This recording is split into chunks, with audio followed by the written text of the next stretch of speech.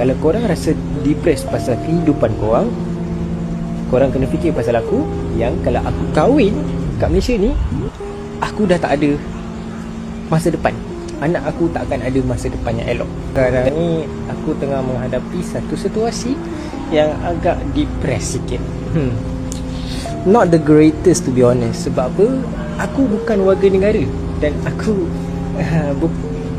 bukan aku nak kata aku bukan berasal di Malaysia, tapi aku dilahirkan di Malaysia. Dan aku dilahirkan di Malaysia dengan tanpa ada warga negara. Yang tu aku tahu lah, basic lah, benda basic semua orang tahu.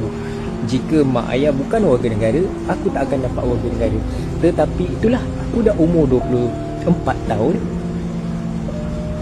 Sekarang ni baru aku sedar bahawa aku dah tak ada pilihan lain. Sekarang ni aku dah dewasa dah, kan? Aku dah dewasa. Sekarang ni aku tengah fikir pasal masak-masak. Sebab mak ayah aku tak nak bertanggungjawab, kan? Tak nak fikir pasal masa depan anak, kan?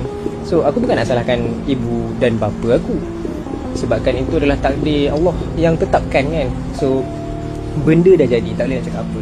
Tetapi sekarang ni aku dah tak ada pilihan.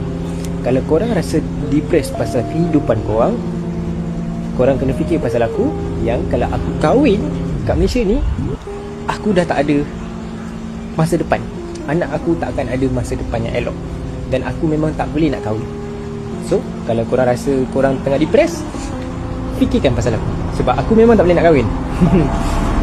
Aku boleh kahwin dengan cara Islamik, tetapi dalam undang-undang aku tak layak untuk kahwin. Sebab kalau aku kahwin, tak ada surat menyurat yang mengatakan aku dah kahwin. Agak complicated, I know, it's quite complicated. Tetapi itulah undang-undang, dan aku kena ikutlah cara macam tu.